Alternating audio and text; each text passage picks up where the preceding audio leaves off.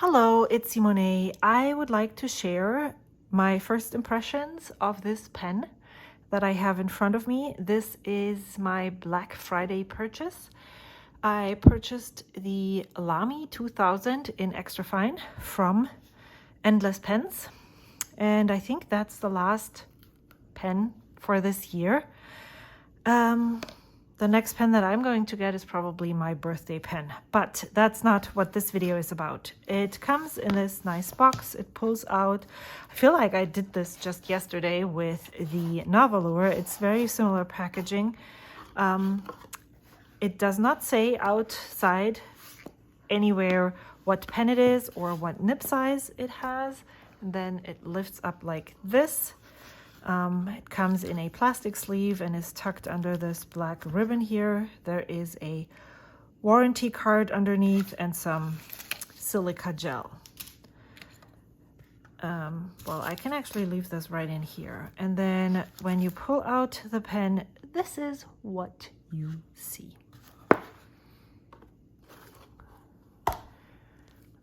This is the Lamy 2000. It is one of those what people often refer to as the first gold nib pens, the next level fountain pens when it's supposed to be a gold nib. People often talk about the Lamy 2000, the Platinum 3776, and the Pilot Custom 74 as the next level pen. And so I actually have the collection complete now.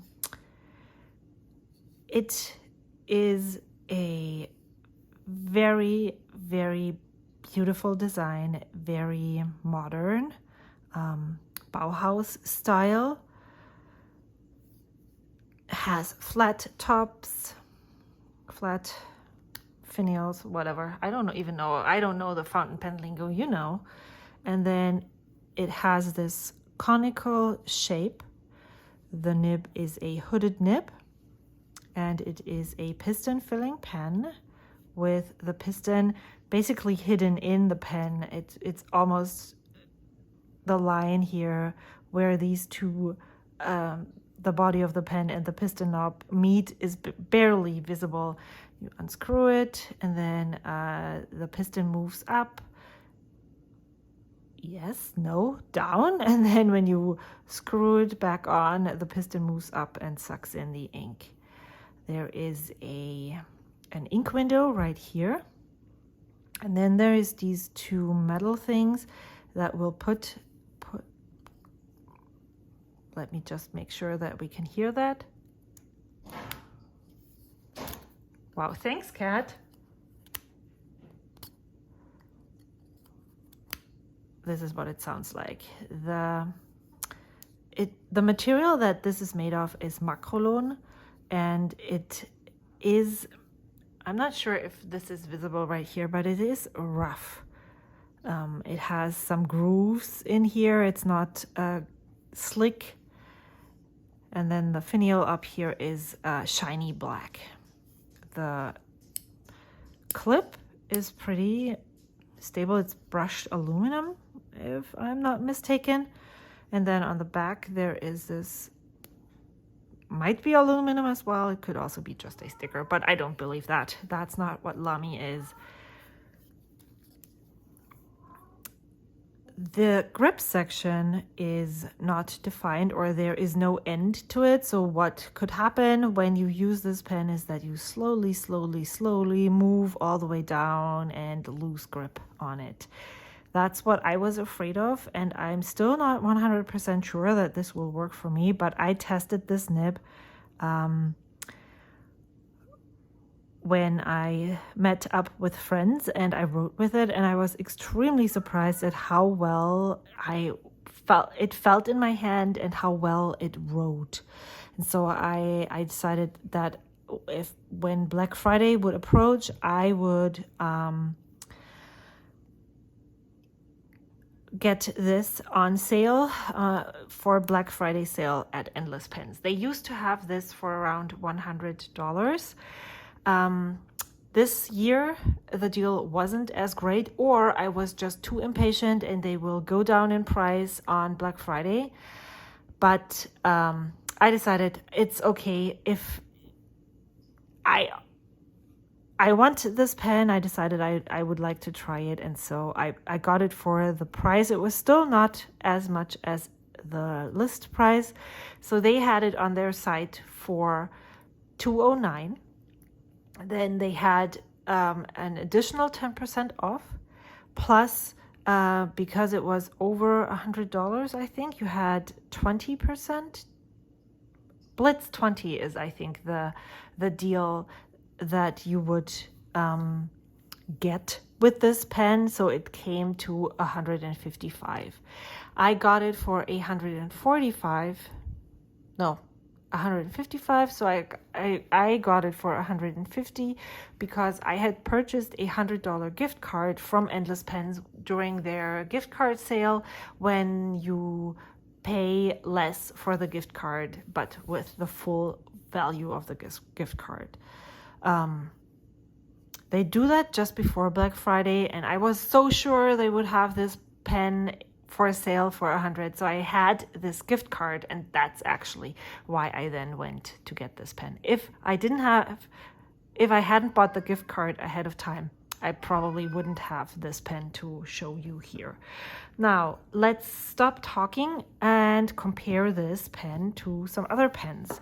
I'm just gonna show it to you with some pens that are widely known, like the TWSBI Eco, the Lamy Safari, as well as, and now this is not in here anymore, as well as the Pilot Metropolitan.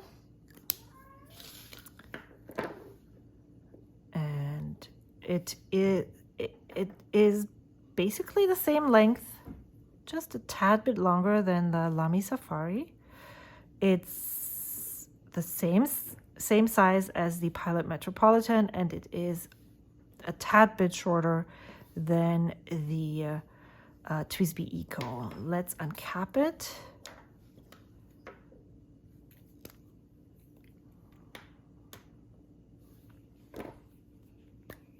I need to move those pens further down here.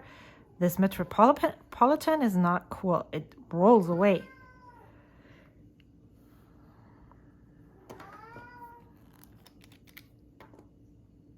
And this one here as well.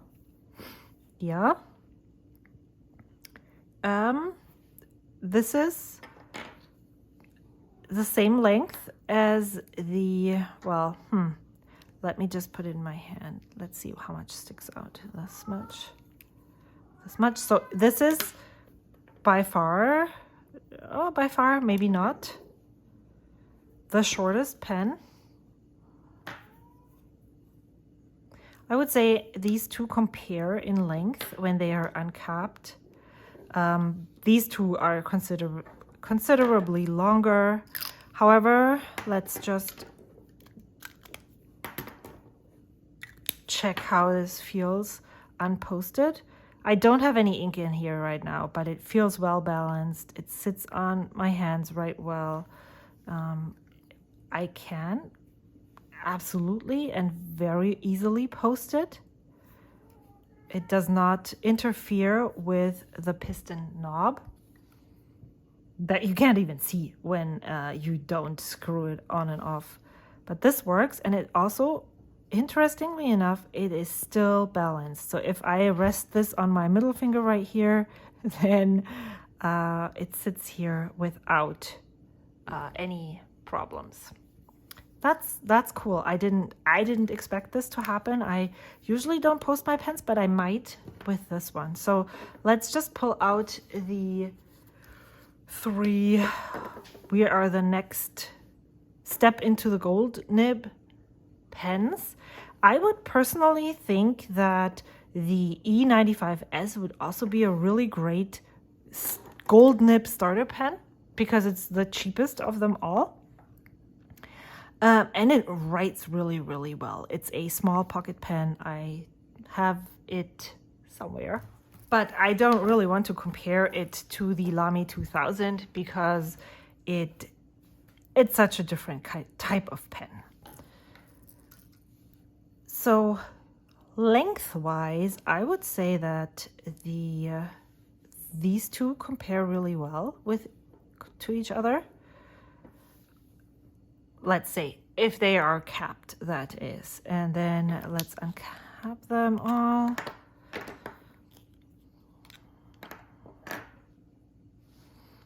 And I'm going to line up the sections here and not the back of the pen.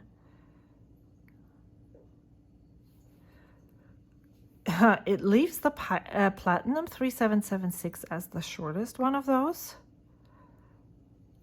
And these two compare really well. Let's see if that is actually true. Up to here, up to here, yep. And then the Platinum is the shortest. Even though it's so short in my hand and it's well balanced, as you can see, I am usually not posting this. I should probably start because I constantly lose my pen caps on the couch when I'm journaling. So that is the pen. And the comparisons, I actually think that the section is pretty tapers down. So it's not really comparable to the fairly straight sections that the other two pens have, but at the point where you hold it, it doesn't feel too tiny, if that makes any sense. I am going to ink up this pen right now, and I chose Diamine Oxblood. I hope that it is similarly wet as Writer's Blood, just so that I have I want the first experience with this pen to be a good one and not frustrating with an ink that it might be too dry or not flowing well. That's why I chose this. I haven't used this ink, so I don't really know if that is correct or not. I'm just going to do this right now. Opening this up first. Then I'm submerging it into the ink bottle, and then I'm just turning the piston knob, hoping that it's deep enough so that it gets in some ink. Let's check. Wow. Let's check the ink window. Seems like there's something inside. Also suggests by the way this section looks. And I think that this is aluminum as well, just the same brushed aluminum that is the clip. All right, so I'm going to turn this page around and I'm going to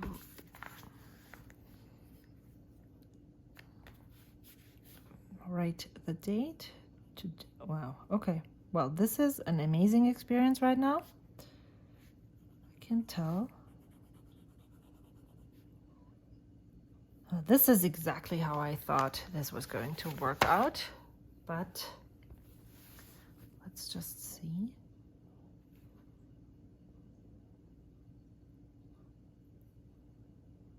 So there is definitely ink. Oh, you know what? People who comment on my videos all the time that say that I should flush my pens before I fill them with ink. I really appreciate your messages, but I can't seem to retain that information until the next time I'm unboxing a pen. This is the second pen in a row that I have not flushed, but ta-da, it writes. This is the Lamy 2000 with an extra fine nib. It is black macrolon.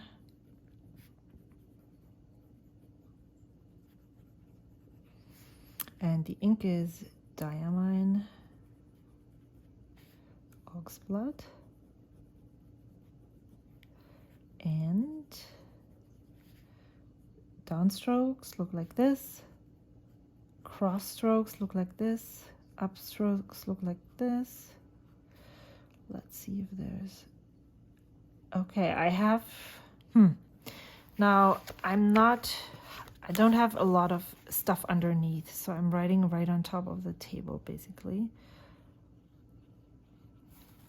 I don't think there's a lot of line variation by pressing. It also feels pretty stiff compared to, for instance, the Custom 74.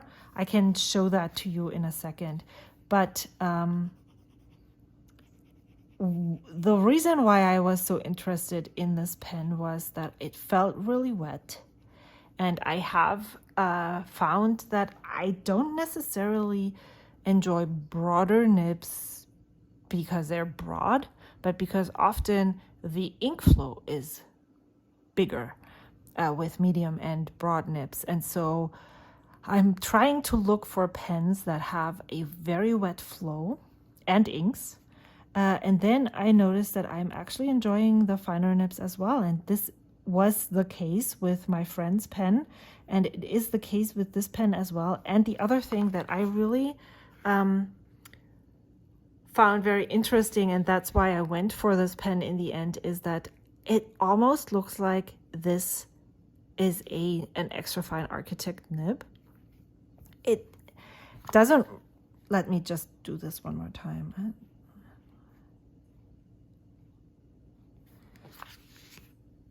Is it though? I don't know. What do you think? Let me know in the comments below if you think that this has line variation with down and side strokes. Let's see how... What I really like is I just had it the quick brown. I definitely have a nice handwriting with this. It doesn't really matter if it's Fox Jumps Architect or not, but see the broader lines when I hold it at an angle a bit? Jumps over the lazy dog. So I definitely like how my handwriting looks with this pen. Is it an extra fine nib?